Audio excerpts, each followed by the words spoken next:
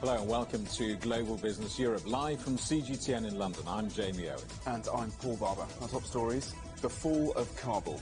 Afghanistan is now under Taliban control.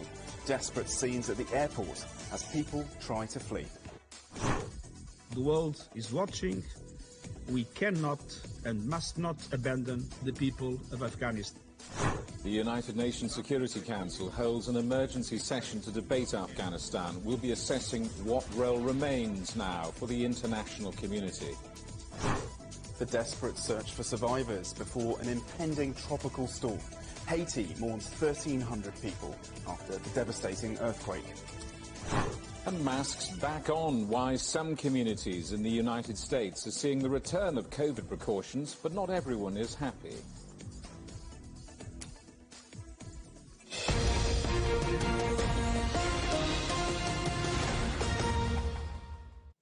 Well, if any symbolism were needed on the fall of Kabul, it will be the people desperately trying to flee Afghanistan who made it to the airport and as far as an aircraft, only to fall to their deaths from the landing gear as the plane took off.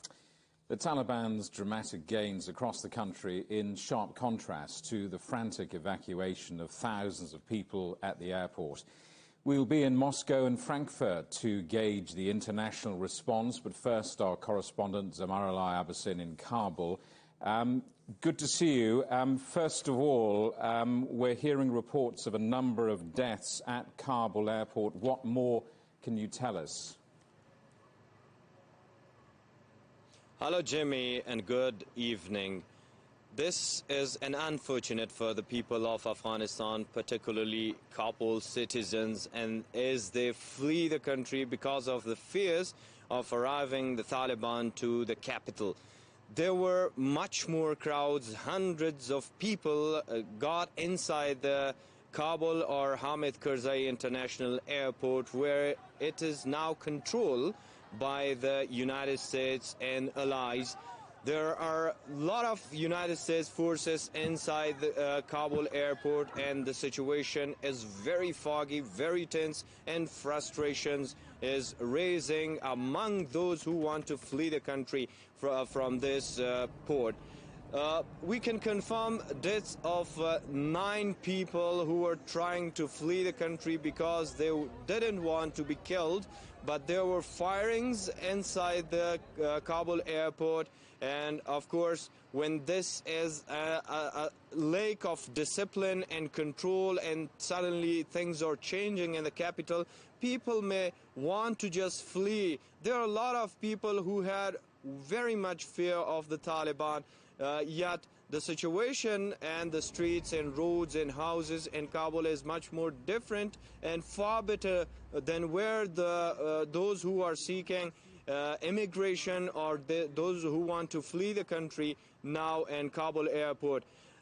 Shootings continues every 30 minutes maximum and 20 minutes, and some people say these are the foreign forces fighting out, shooting towards the people, those who want to flee, but they are making chaos inside the airport. That's why they want to control them, and people become more frustrated, more feared, and they just want to go there. Another problem that increases on the same lack of the discipline and the chaos and panic that the people who are supposed to be fleeing the country because of the fear is that there are planes from the United States, Canada and other countries who just put those people inside, and there is no accurate calculation, no nothing. They just see some documents and they pull it down, and the crowds inside the planes. I got a lot of reports about this today, and of course yesterday, that they have started very much panic inside. And there were planes flying, and it was much military planes of the United States, and a couple of people fell down, and that was really graphic and very disturbing that everybody saw those pictures. And unfortunately, it's very hard for the people inside, trapped now. They cannot find the way. And people, I don't know why they are doing this. They are just going inside and they are pulling themselves if there is a rescue way or a safe haven, but this is opposite of these things that we are witnessing the result now, right now in Kabul airport. Jimmy. Samara Abbasin in Kabul, thank you very much. As European countries scramble to evacuate their staff and citizens from Afghanistan, the EU has summoned an emergency meeting of foreign ministers. Our correspondent Ryan Thompson is live in Frankfurt. Hi there, Ryan. So a meeting planned for Tuesday. What realistically can we expect? Hi there, Paul. Well, realistically, not much. The EU High Commissioner on Foreign Affairs saying that this meeting will just be a first assessment. He is not promising or calling for action. In that tweet that we heard from him just a few hours ago, he said Afghanistan stands at a crossroads, but he made no promises for what will come out of this video conference meeting, and he made no demands. So Brussels right now very much looking to be united, be dignified, but it doesn't exactly correspond to the situation on the ground for EU representatives or for any of these member countries' embassies, which are frankly in crisis mode and trying to get their staff out as soon as possible and as safely as possible. Ryan, many questions for Germany, a possible new influx of Afghan refugees for the country. What's the reaction been so far? Well, perhaps too soon. Germany is already beginning to have this question about migration. The reason being is it's election season. We are just over a month from the day that Germans will go to the polls and choose Angela Merkel's successor here. Armin Laschet, that's Merkel's pick and the member of the CDU party to be the next Chancellor of Germany. He was out this morning making comments that he does not want to see a repeat of what happened in 2015. Of course, that was when the Chancellor, Angela Merkel, made a big decision to let in over 1 million refugees from around the world who were at Europe's doors settle in Germany. It was a controversial decision which, as time has proved, has very much changed in terms of the mentalities outside of Merkel's party, but even within the CDU party, that they are very much not looking to do a similar thing again. But of course, there's still a lot of action to be done for Germany, notably sending some of their military to assist in this evacuation before we can even begin to talk about migration. But the mentality of this government, even within Merkel's own party, is very much trying to figure out where they want to stand on this. We heard from the candidate for Chancellor, but really even up until a few weeks ago, Horst Seehofer, who is within Merkel's government, he's the interior minister, was saying that Afghan deportations from Germany should continue. I should say those have now stopped, but it is very much a fluid discussion that members of the government are having. OK, Ryan Thompson in Frankfurt, thanks so much. Russia says it has set up working contacts with the Taliban in Afghanistan to ensure the safety of the Russian embassy. The Foreign Ministry says the situation in Kabul is stabilising and has called on all sides to refrain from violence. Well, our correspondent Stuart Smith is in Moscow. Stuart, just how significant is this move by Russia? Well, it shows that Russia is a lot more relaxed than many of the embassies in Afghanistan. The Taliban are guarding the Russian embassy in Kabul as if they were already in control. The Russian government and the special ambassador to Afghanistan says not only do they have a working relationship, they trust each other at the moment. And right now, he is saying that he is satisfied with the way that authorities, i.e. the Taliban, are behaving in Kabul, and he sees no reason to jump the gun in terms of making a judgment, saying that he will judge the Taliban not by their words but by their deeds, and commented that so far schools are still open to girls, and he heard children laughing in the streets. So Russia at the moment hedging its bets in terms of whether to support the new government or not. It's certainly not going to make that decision unilaterally. The special representative for Afghanistan said they would only make a decision with others at the UN Security Council. And so right now, diplomats are continuing as normal. Some have requested to leave on their own initiative, but other than that, the Russian embassy in Kabul is working as if there has been no change of power. Russia, in particular, proud that it says it's working with all the players in this conflict, the Afghan government as well as the Taliban. Stuart Smith in Moscow, thank you very much. China's embassy in Afghanistan is still operating normally, while most Chinese citizens have been flown out of the country. China says it hopes the Taliban will fulfill the promise of building an open and inclusive government. Liu Yang reports. Chinese Foreign Ministry spokesperson Hua Chunying has made Beijing's stance clear. She said China expects an inclusive political arrangement that is acceptable to all Afghan people and for a lasting peace in a country that has been at war for decades. The situation in Afghanistan has undergone major changes.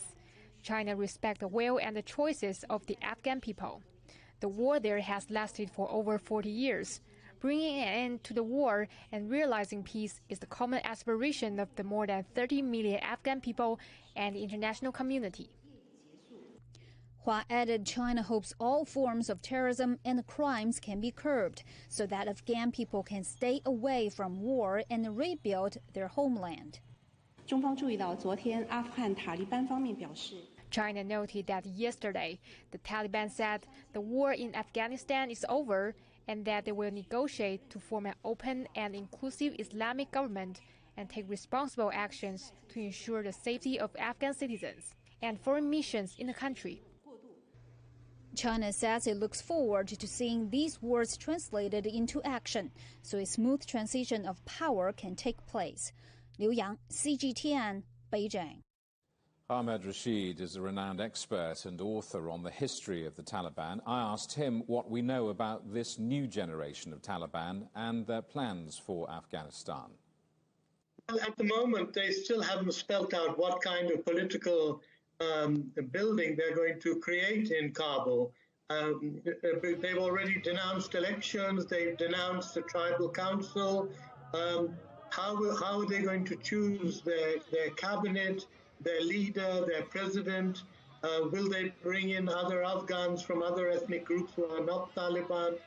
First of all, I mean, we have to know something about the government. And frankly, at the moment, we know nothing at all as to what they want. And if you're a woman in Afghanistan, how should you view the coming days, with fear and trepidation or tempered optimism? Well, that fear and trepidation is very much there already, and women are extremely fearful, and it's quite justified that they are, because some of the smaller acts of violence against women have already taken place in places like Herat in the west, and where girls have been barred from going to university, and another woman was killed. But the Taliban have promised that the girls will be allowed to go to school, they will be allowed to work and leave the house. The whole problem is implementation. And there are going to be young commanders who are not going to be happy about this and will be not happy about implementing it. And an older generation, which saw the mistakes that it made in the 90s when they ruled Afghanistan earlier, I'm sure that they are going to be perhaps more accommodating. How will powers around Afghanistan view this new Taliban? I'm thinking in particular of Iran, Pakistan and India. Well, certainly Iran and Pakistan already will have built up quite good relations with the Taliban.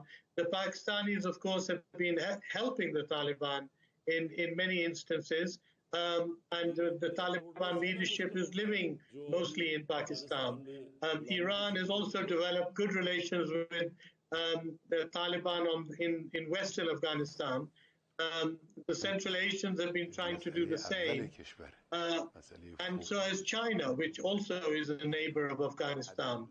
So where the problem will be from the Western countries, I think, who will be very reluctant to endorse a Taliban regime if it is seen to be practicing or allowing some of its younger generation to be practicing cruelty against women, children, and restricting education, etc. A big issue is now how is the region going to approach the Taliban?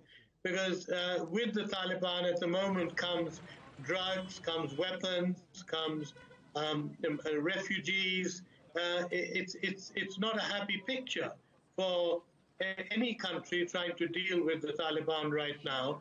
And we have to see whether the Taliban are going to take a positive view and try and mitigate some of these disastrous consequences of this very rapid advance.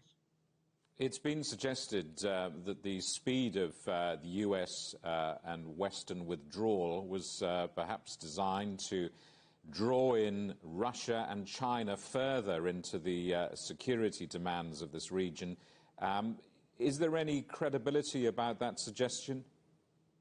No, I mean, I don't think so. The fact is that every country in the region is already involved with trying to make good with the Taliban, but they are also extremely nervous at this point in time. Many of these countries have militant groups like Al-Qaeda, Pakistani groups, Central Asian groups. Many of these militant groups have been fighting with the Taliban against the Kabul government. Now, what are they going to do with them? Neighboring countries are urging the Taliban to get rid of them. But how do you get rid of them? And there's thousands of these militants now who are in Taliban ranks. And I fear very much that this is going to be the next issue. Not attacks on the West as such, but attacks more on neighboring states and a huge boost to Islamic radicalism in the region, in China, in Central Asia, in Pakistan, and people are very fearful of this, and there is what results it could lead to. Ahmed Rashid there. While you're watching CGTN, still ahead, the United Nations Security Council holds an emergency meeting on Afghanistan. But is it all too late? We're live in New York next.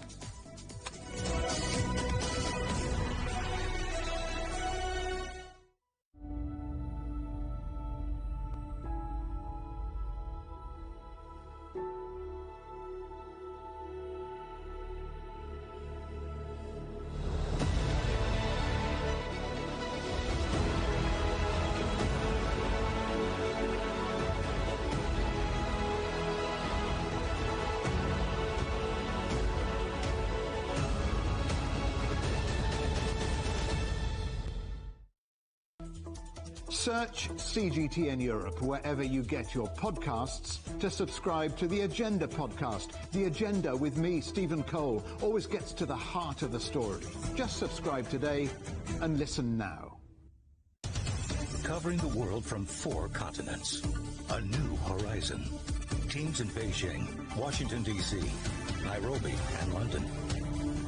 Who connect, interact, and inquire to bring you the stories that matter to all. The Link, only on CGTN. Facing the unknown is always difficult. In a world in turmoil, it's easy to lose orientation. But when the storms come, we have to see the possibilities. Reinvent. Find new opportunities. Discover a path forward. CGTN. See the difference.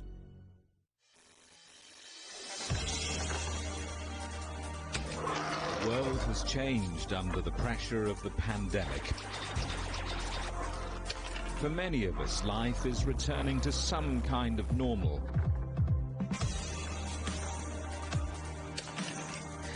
As we're adapting to changes in all of our lives, let Global Business Europe be your guide to the new normal. Join us weekdays on CGTN.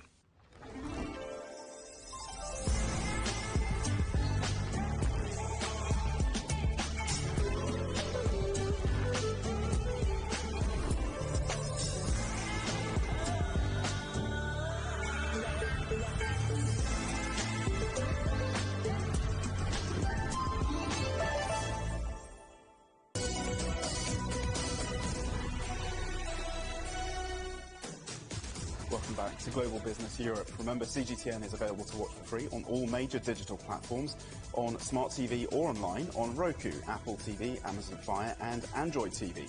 Also on YouTube and Dailymotion and at cgtn.com and the CGTN app. The United Nations Security Council has held an emergency session to debate Afghanistan. The Secretary-General, Antonio Guterres, called on the world to use all tools at its disposal to suppress the global terror threat and to ensure basic human rights are met. The international community must unite to make sure that Afghanistan is never again used as a platform or safe haven for terrorist organizations. I call upon the Taliban and all parties to respect and protect international humanitarian law and the rights and freedoms of all persons. We are receiving chilling reports of severe restrictions on human rights throughout the country. And I am particularly concerned by accounts of mounting human rights violations against the women and girls of Afghanistan who fear a return to the darkest days. Well, let's talk to our correspondent, John Terrett, at the United Nations headquarters in New York. John, what more is being said at that meeting?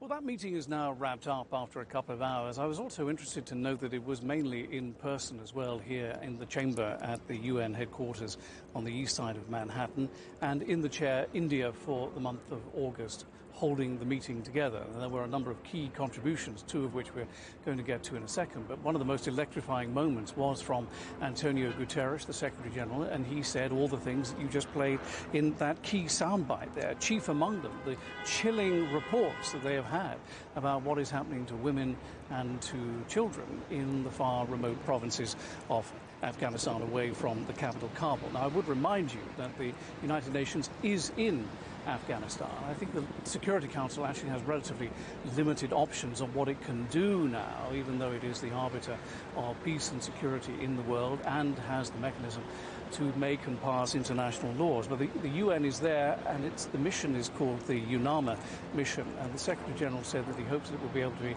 maintained there, and they will work with the Taliban to make sure that they can stay in the country to do their humanitarian work.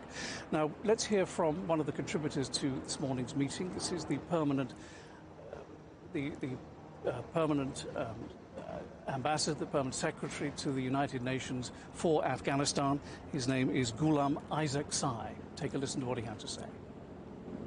We've witnessed time and again how Taliban have broken their promises and commitments in the past. We have seen gruesome images of Taliban's mass executions of military personnel and target killings of civilians in Kandahar and other big cities. Kabul residents are reporting the Taliban have already started house-to-house searches in some neighborhoods, registering names and looking for people in their target list. There are already reports of target killings and looting in the city. Kabul residents are living in absolute fear right now. Now, China's position on what is happening in Afghanistan is clear, and we've already heard a report in our program today from Beijing, and it is basically that China is seeking for an inclusive solution, inclusive government moving forward that is acceptable to all Afghans. Let's hear from China's Deputy UN Envoy now, Deng Shuang. Here's what he had to say. China has always maintained that a political solution is the only way out for Afghanistan. At present, Afghanistan's national prospects are at a historic crossroads. China takes note of what was said by the Afghan Taliban yesterday, that war in Afghanistan had ended and that it would negotiate to establish an open, inclusive Islamic government, and it would take responsible actions to ensure the safety of Afghan citizens and foreign missions in the country. China expects that these commitments will be fulfilled. And the Council took China's thoughts on later in the conversation. Crucially, that the Taliban has said that it is looking for a negotiated settlement and that it's looking to be part of an inclusive government coalition within Afghanistan. So the question is, how can that easily be achieved?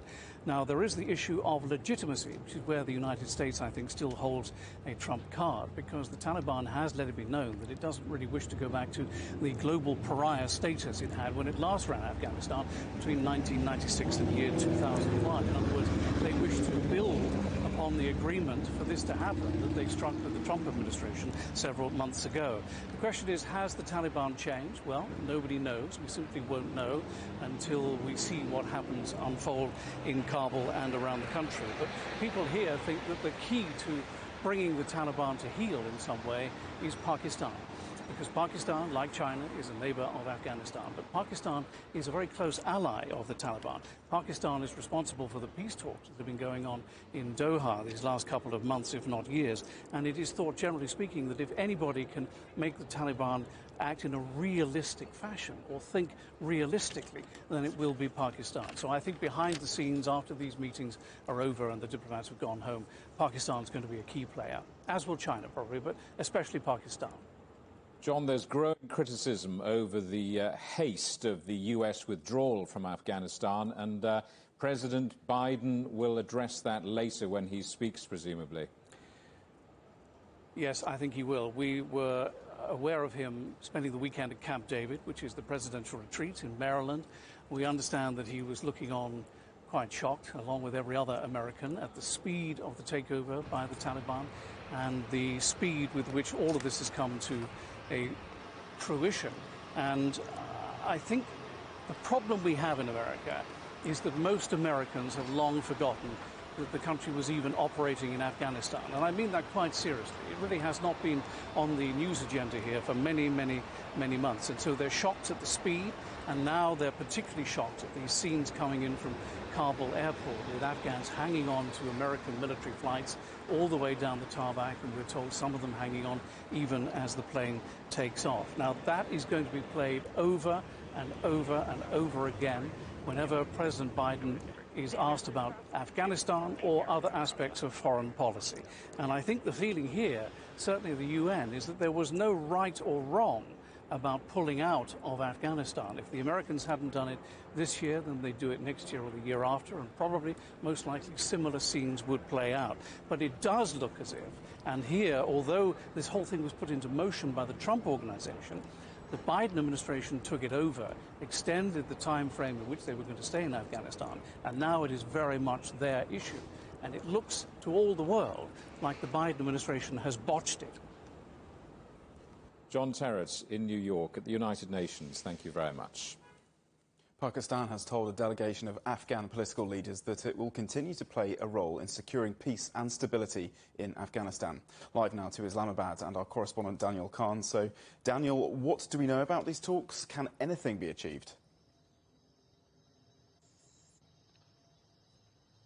Well, during the talks, Foreign Minister Shah Mahmood Qureshi shared Pakistan's perspective on the latest situation in Afghanistan. He stressed that Pakistan considered all segments of the Afghan society important in the final destiny of Afghanistan. He hoped that the Afghan leaders would take advantage of international support for peace and reconciliation and work together to deal with the Apologies, we've lost the line to Islamabad. We'll try to re-establish that as soon as possible. Well, what about China's role in the future of Afghanistan? They are neighbours and they share a border. Wang Jin is Associate Professor of China's Northwest University. He says Afghanistan offers opportunities as well as challenges for China. Because the new government, they needs a lot of new measures to settle the internal divisions, to settle the refugee problems. And that's why they have to facilitate and upgrade the cooperation with important neighboring countries, especially China. But it also means a lot of challenges, especially we have to know before 2001, under the Afghan Taliban-dominated regime, actually Afghanistan became the very important center of the global extremism and global terrorism. Some of the terrorist groups founded the training camps there, and many of the extremists and the terrorists, after the training in these camps, they penetrated back to China and become the major threat to the stability and the peace inside China. The terrorists inside Xinjiang, they launched a lot of the terrorist attacks against civilians, not only inside Xinjiang, but also in other provinces, even in Beijing of China. So that's why China expressed very clear concerns to the developments of Afghan issue. We cannot tolerate any terrorism that harbored inside Afghanistan. And we are determined to protect ourselves if this terrorist harbored and would be harbored in Afghanistan, no matter who or no matter where. So I think this is a very principle that should be insisted by China in the future. In other news, rescuers in Haiti are racing to find survivors from Saturday's devastating earthquake before a tropical storm is due to hit the country. The death toll from the 7.2 magnitude quake has risen to nearly 1,300 and many are still missing. Doctors and aid workers are trying to get to the worst affected city of Les Cayes, west of the capital Port-au-Prince, as hospitals there struggle to cope with casualties.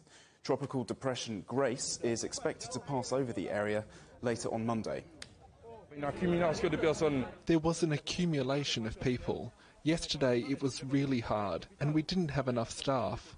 We had the people who work at the hospital, but we didn't have any staff, although we kept them until 6 a.m. But we managed the situation well. We are doing the same today, to manage the situation well for the population. The whole area where I live is destroyed. There are many people dead. We don't know how many dead there are. We brought a child here to see if we can save his life.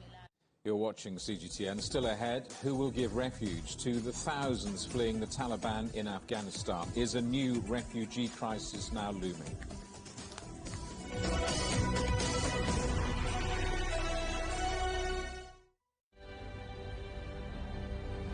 The EU's digital COVID certificate, which offers the promise of unlocking hassle-free travel around Europe this summer. In less than 2 weeks' time, the Czech border will also open to all EU and Serbian citizens. 4.4 million Hungarians received their first dose of COVID vaccine. 18 and over can receive a COVID-19 vaccination, but it does come with conditions. Third wave will probably take longer to emerge. This vaccination centre is part of a massive effort to try and drive down the numbers of the new variant that was first identified in India.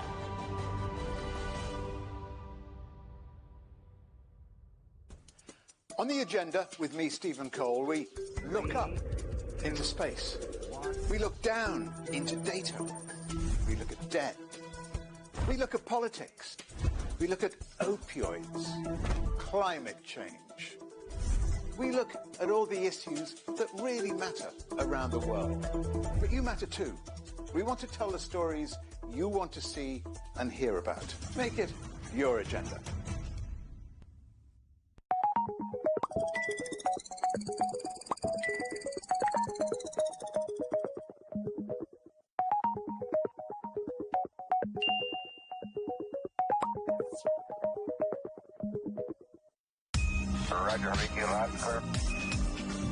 We can try out the wild and crazy ideas.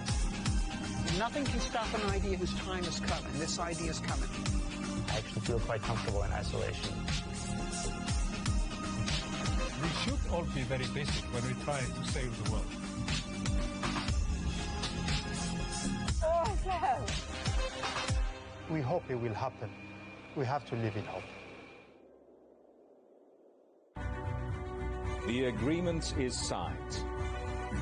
But what is the real deal now the UK has left the EU? For trade, for business, for the city, for ordinary people.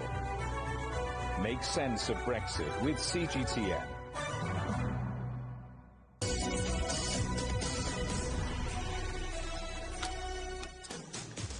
Hello, welcome back to Global Business Europe with Jamie Owen and Paul Barber. Our top story, the fall of Kabul. Afghanistan is now under Taliban control, and there have been desperate scenes at the airport as people try to flee. Several people have died at the airport, some of them as they clung to a plane's landing gear.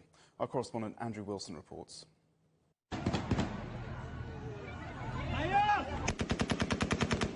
It's hard for people not to panic. The gunfire, the speed of the Taliban advance, the rapid departure of Western officials, it's all driving thousands of Afghans to seek the dubious sanctuary of Kabul airport. There, an international evacuation plan is racing against the clock to meet a much tighter deadline than anyone had imagined.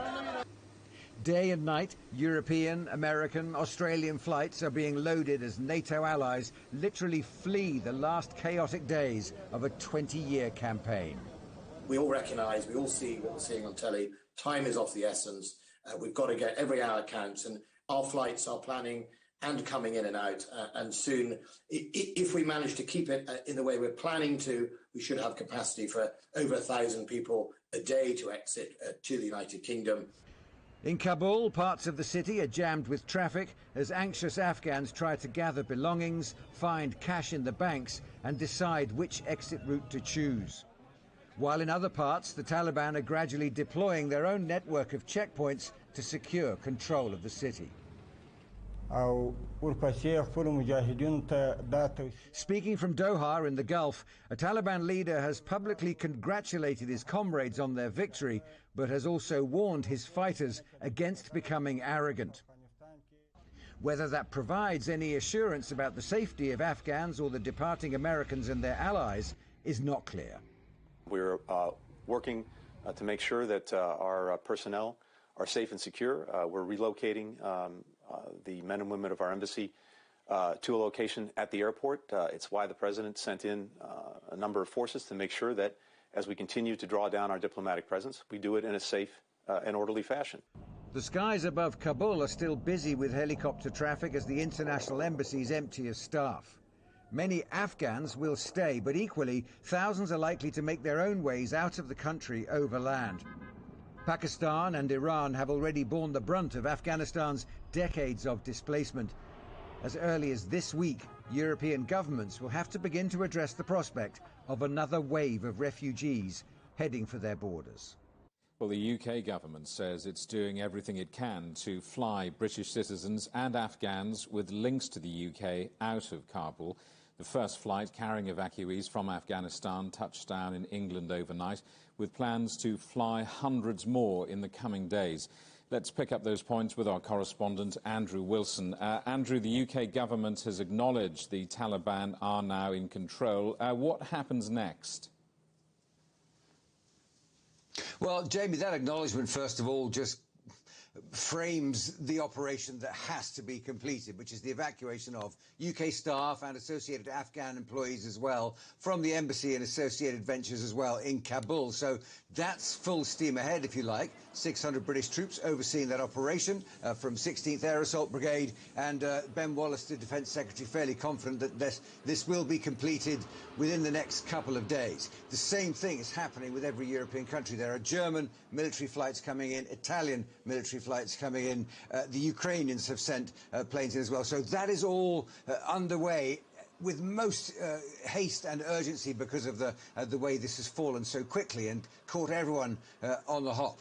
After that, the UK does have to accept, and will do, I'm sure, by the time Parliament is recalled on Wednesday, accept that the Taliban is now in control, and we'll have to decide with European governments as well, and perhaps with the Americans, although that's not necessarily clear, what the joint position is going to be vis-à-vis recognising that government, and then what kind of status that government is going to hold as far as the UK is concerned. Dominic Raab, the Foreign Secretary, who's been on holiday up until yesterday, so is a bit on the back foot as well on making his presence felt and his comments known, has made a couple of comments in the last few minutes or so. He says that what matters now is getting British nationals out, which is, as I said before, the primary task facing the government at the moment. And then he said discussions on sanctions and aid money could be looked at with international partners. So are we going to support the Taliban? Are we going to support various ventures within Afghanistan? Are we going to bring out sanctions against the Taliban and continue hostilities there?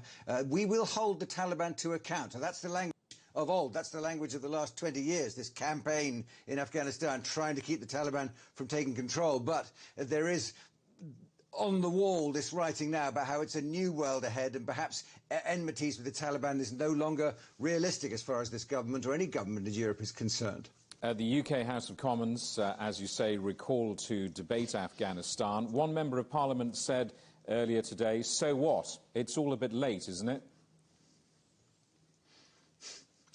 Well, I suppose it's what your timetable tells you, Jamie, in terms of what is and isn't too late. Was it too late when Donald Trump, at the end of 2019, and signed a document with the Taliban in February 2020? Was that the time that they should be having the discussions they're having now? Should they have had these discussions a few weeks ago when the first withdrawals were clearly imminent? Should they have had these discussions in 2009 when Barack Obama disappeared into the White House for 4 weeks to decide what to do about bringing troops out of Afghanistan and came up with the idea of a 40,000 troop surge, thinking that might secure the ground for them. It's been a thorn in the side of the West for the last 20 years, this alliance trying to take a side in an Afghan civil war that simply won't allow sides to be taken. What they do now will be a matter of course, discussion, but there will be MPs on Wednesday who say to the government, we've got to do something, and there will be MPs on the side of the government who say, and that will include Ben Wallace, who's been very emotional, the Defence Secretary so far, who will say,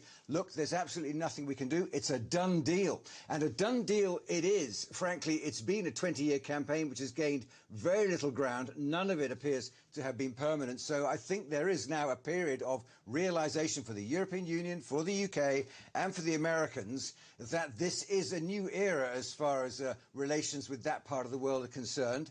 And as long as there's no collateral damage politically, they are going to live with it somehow. Andrew Wilson, thank you very much. While international concerns mount about the safety of all the people of Afghanistan, there is particular concern about the women of the country. Some fear the return of the Taliban will see a reversal of advances in female empowerment. Farzana Elam is an Afghan MP and women's rights campaigner. She explained to CGTN's Stephen Cole why she is fearful for the future. We have an experience of Taliban being in control of Afghanistan. We have that experience from the time, and as well as their thoughts and beliefs, the nature of the Taliban, the way they treat the women.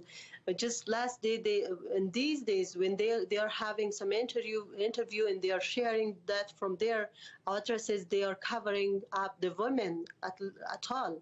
So for the time being, as that's not clear that if they just made some commitment to the women's rights or not. So I am concerned, and I'm so much concerned about what will happen to the women of Afghanistan, whether they will have a right to have access to education, whether they will have a right to participate in the society, whether they will have a right to do what they want, like their jobs, in order to jobs and these things.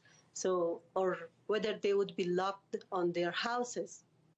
The Taliban takeover has also sparked fresh concerns of a refugee crisis as Afghans try and escape the arms group. An estimated 400,000 people have been forced to flee their homes since the beginning of the year. That's according to the United Nations Refugee Agency. Shabia Mantou is the UNHCR global spokesperson. She says those numbers are rising rapidly. Well, we're seeing massive, large-scale internal displacement within the country. As of today, where we have numbers of up to 550,000 people that have been forced to flee their homes inside Afghanistan. So these are people who've been forced to flee, and they're trying to seek safety and refuge wherever they can in other parts of the country. A significant number have fled to Kabul, but we are seeing movements all around. And the situation is varied. Some people are actually taking shelter with extended family members or other members of the local community. Some are apparently sleeping out in the open or finding shelter in mosques or wherever they can just set up for a while. So we're seeing a large-scale internal displacement at this point. What help are you able to offer on the ground? And has the Taliban offered any assurances that the UNHCR can get on with your job in safety? Well, since the beginning of the year, we, as part of the broader UN humanitarian effort, we have assessed the humanitarian needs of about 400,000 internally displaced Afghan civilians. So our response is ongoing. We are providing emergency life-saving aid, food, shelter, sanitation. There are urgent life-saving critical needs that people require. And our commitment is for the Afghan civilians, those that have been displaced or affected. So we are there to provide humanitarian assistance. This is how we work in very complex situations. So we obviously the humanitarian relief effort is predicated on being able to access people and communities in need, and also having those safety and security guarantees.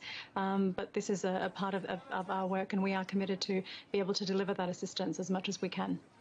We know Pakistan has closed a border crossing. What can and should Afghanistan's neighbouring countries be doing to help at this stage? Well, so far we've seen much of the displacement inside the country, so we're seeing those numbers of really Afghans moving elsewhere. We haven't seen massive numbers of those crossing international borders or basically seeking refuge outside the country at this point. Obviously, it's a very evolving situation. It's very fast-moving. Things are happening minute by minute, so we are monitoring the situation. But in general, we appeal to all countries to ensure that Afghans who are in need of protection can access safety, can access asylum. Afghanistan's neighbours have had a long history of generosity. They are host to 90% of Afghan refugees worldwide.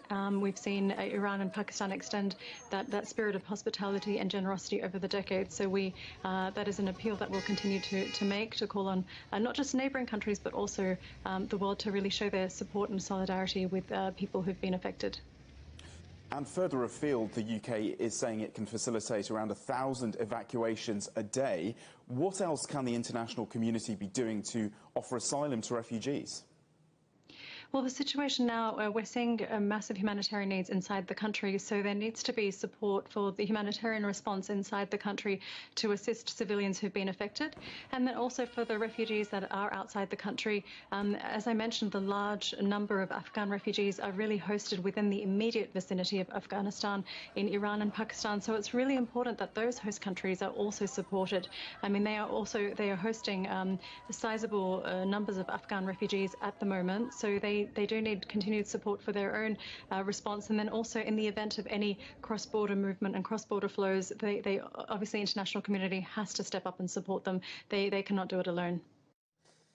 Now the rest of the day's news. And Malaysia's Prime Minister Muhyiddin Yassin has resigned after just 17 months in office. In a televised address, he said he stood down after losing the confidence of lawmakers. He'll stay on as interim Prime Minister until a successor is chosen. Ryan Walser reports now from Kuala Lumpur. Because he doesn't have a majority in Parliament, he can't hand over to an anointed successor, as has happened in Malaysia before, and we're really in uncharted territory here. He clearly lost his majority when 15 members of Parliament from the biggest component party in his coalition, UMNO, formally withdrew their support for him. So in a desperate last-ditch effort to secure enough support in Parliament to be able to survive a confidence vote on September 7th, he went live on TV on Friday and appealed to the opposition to support him, offering a host of very significant political reforms as an inducement, but all the opposition parties rejected this out of hand, leaving him clearly with no majority and no choice but to resign. Now, what would normally happen under normal circumstances, the Prime Minister would recommend that the King dissolve Parliament and an election would have to be held within 60 days. But nobody wants an election now with COVID cases and COVID deaths at or near record levels in Malaysia. So what are the other options? Possibly the King could reappoint Muhyiddin as an interim Prime Minister if that's permitted under the Constitution, or Muhyiddin might suggest one of his cabinet colleagues whom he believes has majority support, or any number of other MPs could come forward or be put forward by their parties and then try to convince the King that they have the majority support. But what is clear is that Malaysia can ill afford this now, with being in the midst of the most serious wave of COVID-19, ramping up a quite impressive vaccination program. This is a significant blow to Malaysia's efforts to combat the pandemic and also try to bring the economy to some kind of health as well. Ryan Meltzer there. Zambia has a new president. There were jubilant scenes across the country after opposition leader Hakainde Hichilema won a landslide victory. But the wild partying may be short-lived, with the country's economy in dire straits. Wildfires have moved almost 1,000 people from their homes in the Spanish province of Avila. The blaze started when a car burst into flames on a highway. Strong winds and high temperatures have been fueling the fire, which has scorched an area bigger than Barcelona. Japan has deployed hundreds of rescue workers to search for people missing after a landslide in Unzen city in the south of the country. Houses have been swept away over the last few days, and residents are bracing themselves for more heavy rain and mudslides. China's factory output and retail sales growth slowed sharply and missed expectations in July. New coronavirus outbreaks and flooding disrupted business operations, adding to signs that the economic recovery is losing momentum. Chinese companies are grappling with higher costs and supply chain bottlenecks. You're watching CGTN. Still ahead, we're in France as the country tightens the range and enforcement of its COVID-19 health passes.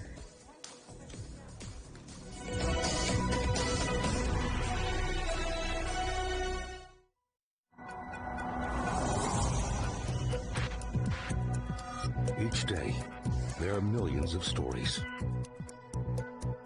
Each one can open new perspectives, new possibilities. Wherever you look, we are there. To see, discover, explore. We put the pieces together to find what really matters to you. All around the world, all around the clock. Our reporters are at home across the globe. From our headquarters in Beijing and production centers in Washington, Nairobi, and London, China Global Television Network. Stories from across the globe, reaching people across the globe. CGTN. See the difference.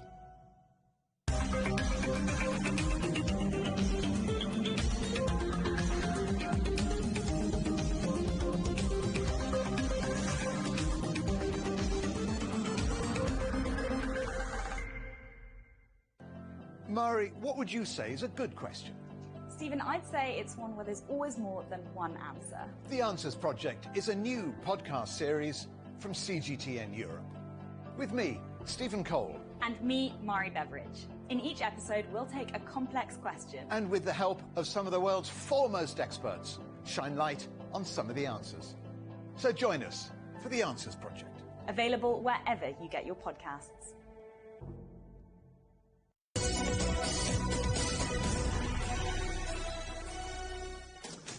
Hello, welcome back to Global Business Europe.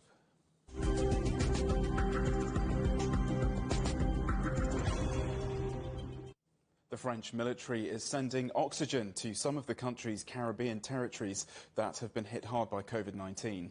Infections in Guadeloupe and Martinique are overwhelming hospitals. Ross Cullen reports from Paris. France's defence minister says oxygen supplies will be available at the end of the week and are being taken to Martinique by the French Navy. The situation remains critical in the French Caribbean as both Guadeloupe and Martinique are experiencing unprecedented rates of COVID-19 infections. Now, these islands are under strict lockdowns to try to curb the spread of the virus. Now, further afield in New Caledonia, a French territory in the South Pacific, the island's authorities say they will require proof of vaccination as a new condition of entry. Previously, visitors could use evidence of a negative PCR test or recovery from the disease to visit the island, which is located 1,200 kilometres east of Australia. Now, also on Monday, the French government's coronavirus health pass was made obligatory in 126 shopping centres across the country. All malls that are bigger than 20,000 metres squared now require customers to show their COVID-19 certificate before entering. That certificate can be in paper or digital form and proves that you are either fully vaccinated, have had a recent negative PCR test, or have recently recovered fully after having contracted the disease.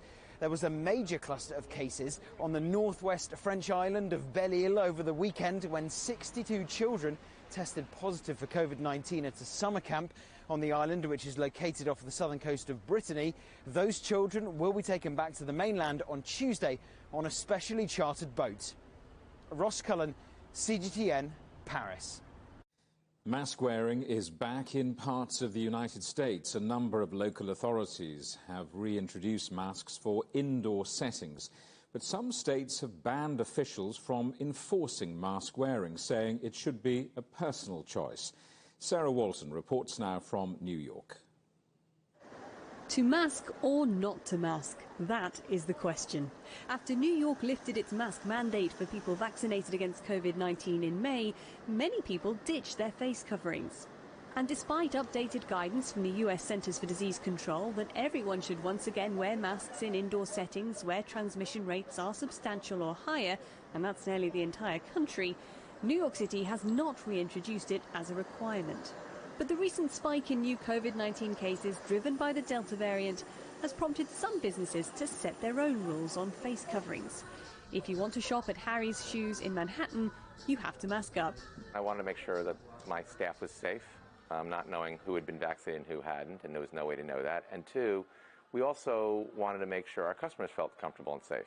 There have been some who've been a little bit more radical in their opinions, where they've said, look, I was told I don't have to wear a mask anymore, why are you? And I said, look, it's our place of business, this is what we're comfortable with, we respectfully ask you to wear one, and if not, it's a free world, but we just can't let you enter our premises. The renewed push for people to mask up has been met with a varied response across the US and has highlighted the continuing political divide in the country when it comes to dealing with the pandemic.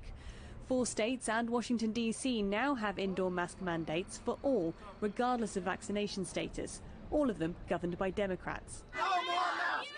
In the Republican state of Tennessee, some parents protested against the introduction of a school mask mandate in one district. The Republican governors of Texas and Florida have banned local officials from mandating face coverings, saying it's a matter of personal choice, even though their states are now home to 40% of all COVID-19 hospital patients in the US. Public health experts say politics should have no place in the issue. We have a common enemy that we have to defeat, and we have to pull this together. And so I think we really need to think about not just our own comfort, but also the comfort of so many the other people as well. But the mixed messages on mask wearing across the country have prompted debate on the streets. It's up to people's choice, and I think if I'm given a position to really, I would still encourage, but I'm not going to mandate people to wear the mask. I believe in this scientific, and it's, of course, we have to wear a mask. Mask wearing is indoors. It can help, but I don't. If I'm not required, I don't. President Joe Biden has said his administration is studying whether it has the legal authority to intervene in states that have banned mask mandates, but that it's unlikely, which means the patchwork approach to mask wearing across the US is likely to continue. Sarah Walton, CGTN, New York. The headlines again. At least 9 people are known to have died at Kabul airport amid desperate scenes as people try to flee. Afghanistan is now under Taliban control. Meanwhile, the United Nations Security Council holds an emergency session to debate Afghanistan as the UN chief urges members to use all tools to help Afghanistan. And in other news, the desperate search for survivors before an impending tropical storm. Haiti mourns 1,300 people after the devastating earthquake. And that is it for Global Business Europe. Thank you so much for watching. More on all of our stories at europe.cgtn.com, and do follow CGTN Europe on Twitter, Facebook and Instagram. We're on smart TV apps like Roku, Apple TV, Amazon Fire and Android TV. Also on YouTube and Dailymotion, as well as CGTN.com and the CGTN app. Coming up next on CGTN, it's Africa Live. We'll see you again tomorrow. Same time, same place. From all of the team in London, it's goodbye. Goodbye.